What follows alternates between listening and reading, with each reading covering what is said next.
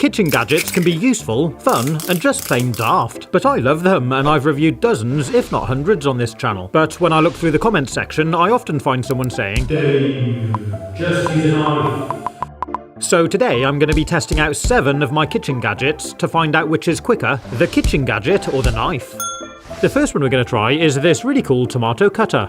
To use it, you place your tomato in here, press the plunger down, and it pushes it through these 2 blades, cutting it into 4 pieces. Pretty cool, huh? It's a great little gadget, but is it quicker than a knife? And for this challenge, I took 2 packs of tomatoes, and I counted out 25 from each. I'm going to be slicing them straight into this bowl, and the timer is going to start when I pick up the first tomato. Go!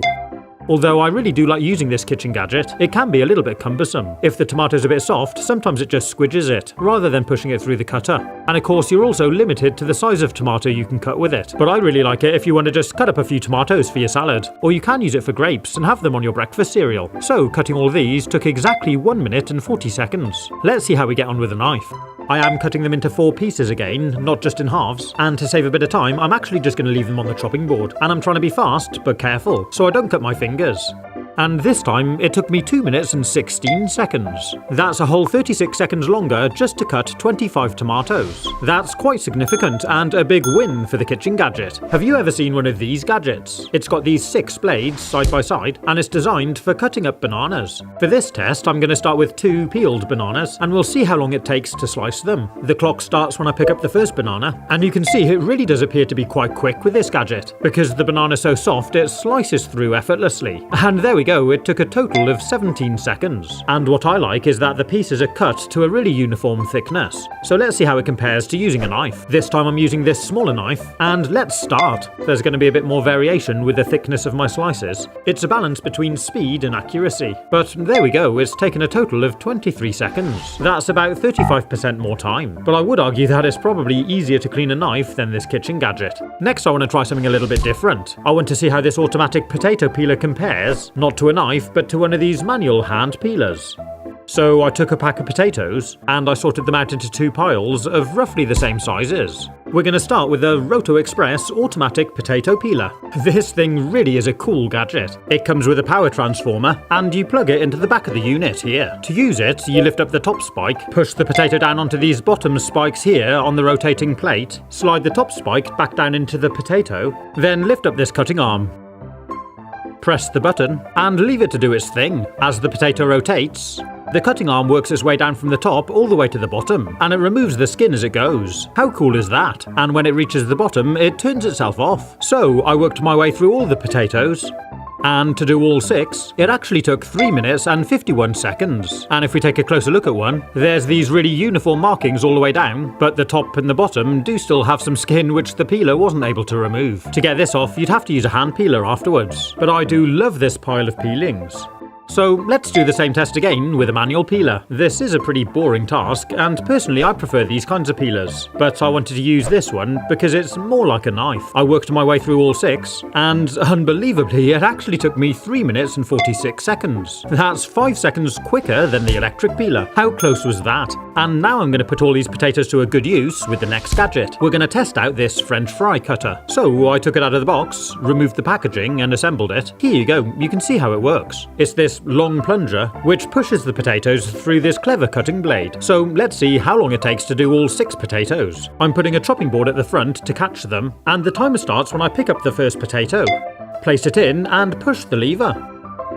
Oh wow, this thing really is a joy to use. I really like it. You do have to give the lever quite a good push, especially with the bigger potatoes. And you might have to clear a bit of space every now and again. And to do all 6, it took just 33 seconds. That's seriously impressive. Of course, there is quite a bit of setup time, but what I love about this gadget is how perfect they are when they come out. They're all exactly the same thickness. All that is, apart from these little offcut pieces which came from the very edge of the potato. So, how do we compare with a knife? I'm using this long knife again, and I'm cutting them as quickly and safely as I can. Again, I'm trying to keep them about the same thickness as what came out of the machine, but what is nice about doing them manually, we don't get those tiny little offcuts that we did before.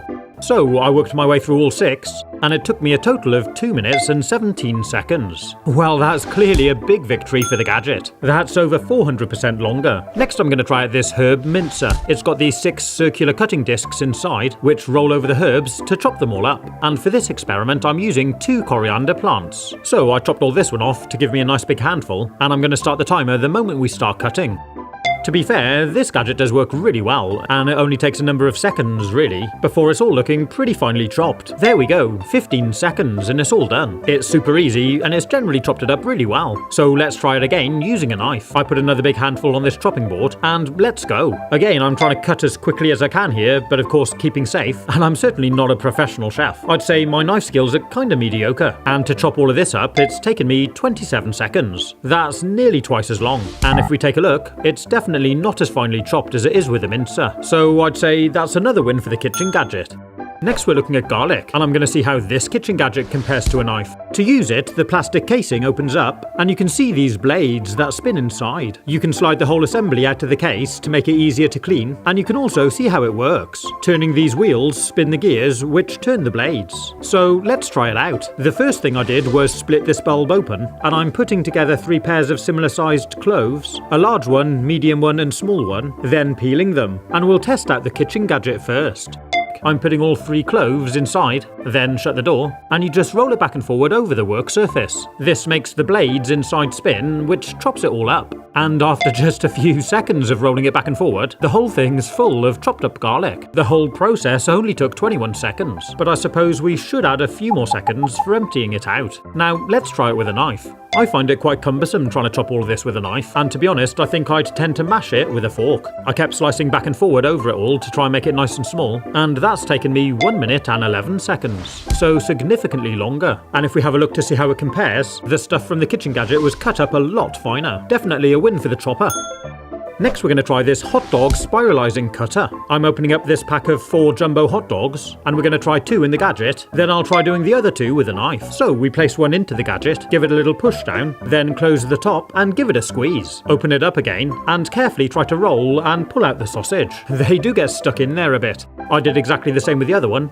And the whole thing took 37 seconds. And if we take a look, you can see it's cut it really evenly all the way down the sausage. The idea is it allows some nice smoky aromas to infuse inside while you're cooking it, and you can also squirt in your sauces.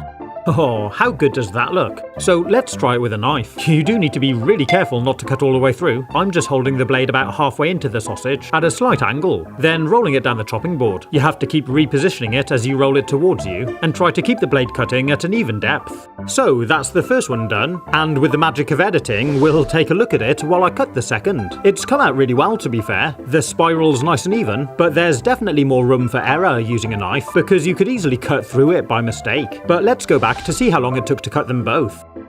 So that's the second one done too, and to do them both took 1 minute and 10 seconds. That's nearly twice as long as using the gadget. Now, have you seen this kitchen gadget? This is one of my favourite, and if you'd like to see this one working, along with a whole load of others, you can click on the link. Have fun, stay safe, and as always, thanks for watching.